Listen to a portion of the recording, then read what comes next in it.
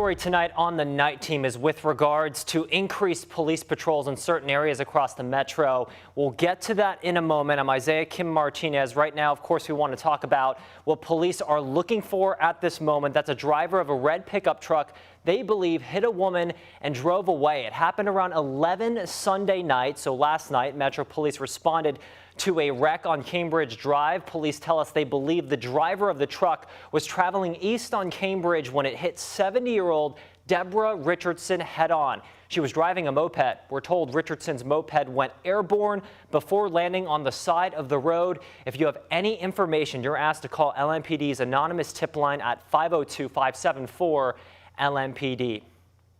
Many deadly collisions over the past couple days here. There was another one, now deadly, moped crash from last month. A man died 2 weeks after being hurt near Valley Station. On August 21st, LMPD responded to a single vehicle crash on Blevins Gap Road. Investigators believe the driver was traveling westbound on a moped and lost control while making a right turn. He was ejected from the moped and taken to U of L Hospital, where he died from his injuries on Saturday. And yet another fatal hit and run tonight. LMPD is investigating this one on Old Brownsboro Road, or Old Brownsboro Hills Road, excuse me. This happened on Friday afternoon. LMPD says Joseph Mers was on a bike going down the road when he was hit by an SUV. The bicyclist was taken to University Hospital, where he died early this morning. LMPD says investigators found a suspect and have made contact with them, but no arrests have been made yet. And now to our top story here on the night team. Nearly a month after hundreds at a community meeting demanded action to reduce Louisville's violent crime, the city's latest initiative is underway. Starting today, the new strategy led by 2 Louisville Metro Council members brings an increased LMPD presence to areas where many businesses are open later. According to a release, more police officers will be doing walking patrols and traffic enforcements in busy areas like Bardstown Road, Brownsboro Road, and Frankfort Avenue. For now, the increased police presence in that area is temporary, and this trial run will conclude September 16th. That's a Saturday, almost 2 weeks. Also started recently a new zero-tolerance noise policy that went into effect over the weekend. City officials can fine businesses $2,500 on a first offense. Now tonight, Alexis Jones and photojournalist Elijah McKenzie are honing in on the latest program to keep people safer, asking businesses if it's the right way to go. The owner of Ricky B's Cafe has seen his fair share of crime here on Brownsboro Road. And after hearing of LMPD's newest initiative, he says he only has one question. Why 2 weeks? Ricky Bartlett says extra police presence will be great for the area, but he wishes officers will stick around a little longer. It just seems like, it would certainly benefit everyone that there would be more patrolling, including business owners and people living nearby. The residents particularly, I think, should be thought about. If your business is encroaching on a person's home, whether that be loud noise or someone being shot or near your home, I think more patrolling certainly would help. Metro Council and LMPD decided to increase patrols after hearing from residents during a community meeting in August. Every night. Along with violent crime, people living in popular areas say they're seeing a rise in disorderly conduct too. When you combine alcohol and humans, there have been issues for centuries. What we've got added element here of a lot of alcohol, late night, and guns. So that is making things more acute. Councilman Benrino Weber and Andrew Owen hope the initiative leads to a drop in crime in all parts of the metro. But for the next 2 weeks, officers will focus on Bardstown Road, Baxter Avenue, Frankfort Avenue, and Brownsboro Road, which Bartlett says he'll embrace with open arms. I'll say thank you for your service. Welcome to the neighborhood. Ask them for their name and tell them my name. Looking forward to them. In Louisville, Alexis Jones, WHAS11 on your side. And again, on top of enhanced patrols, the Metro's Alcoholic Beverage Control Unit is cracking down on excessive noise complaints. Businesses can face penalties on the first offense if the ABC determines unreasonably loud noise was heard more than 50 feet from their property. New on the night team, a sigh of relief for businesses in New Albany, Indiana. After more than a year of waiting, both lanes on New Albany's Main Street are now open. Of course, a welcome sight. It comes as the $6 million renovation project is getting closer and closer to being done. You can see the progress here. Crews repaved Main Street from State Street to 5th. And you can see the freshly painted lines. Next week, they are installing trash cans, bike racks, and other finishing touches.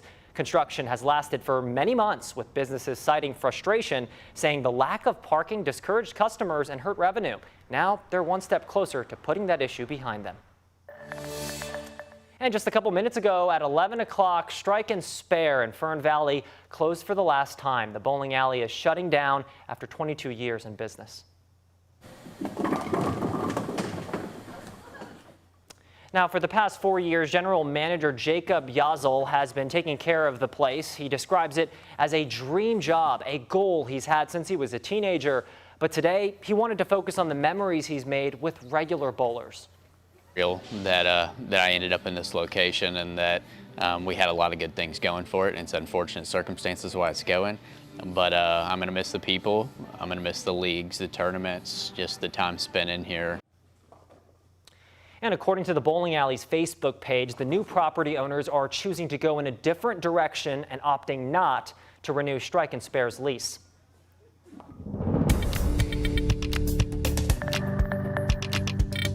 And labor union employees from Ford and other major companies here in Louisville gathered to celebrate the holiday today. But this Labor Day, they are one of many unions in the midst of fighting for new contracts, highlighting where this holiday began. Dozens of different unions were represented at Kentucky Kingdom Monday. Today, from bus drivers to electrical workers and Ford employees, UAW Local 862, representing thousands of Ford workers here in Louisville, helped to lead the event. It comes as a September 14th deadline looms when Ford's current contract with UAW expires. The two sides are working to get a deal done before then. UAW Local 862 President Todd Dunn feels the tide is rising for workers' rights. We use the word sometimes iron sharpens iron, but really we're out here as labor, and labor's really on the turn. We've taken a lot of things from the Teamsters and putting them into play. If it ain't broke, don't fix it. He's referencing taking a lot of things from UPS union workers in their negotiations. Now, both Dunn and Kentucky Governor Andy Beshear said they hope the two sides can reach a deal. And over the last few months, we've seen increased action from unions and intense contract negotiations. Labor Day's beginnings date back to the 19th century when labor activists looked to establish a day paying tribute to workers fighting for fair labor practices and safer working environments. We're seeing a workers' rights resurgence, but this time for better pay and benefits. It's our time to take back what we're owed. Working together with the companies doesn't work for us. Now, President Joe Biden stepping in today to deter an auto worker strike. Biden calling for a fair agreement, appointing a White House liaison between the union and companies. Folks, in this Labor Day, let me tell you what we're celebrating. We're celebrating jobs, good paying jobs, jobs you can raise a family on, union jobs.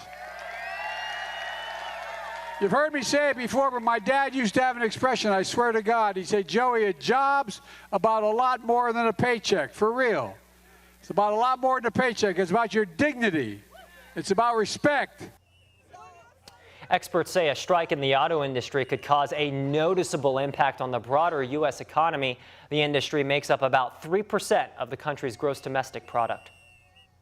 Taking a closer look here, the president also released a plan this week which would expand overtime pay for millions of workers. It would require overtime pay for executives, administrators, and professionals making less than $1,095 a week. That adds up to about a $55,000 a year threshold, a big increase from the $35,000 level it is right now. It would have the biggest impact on managers in retail, food, and hospitality industries.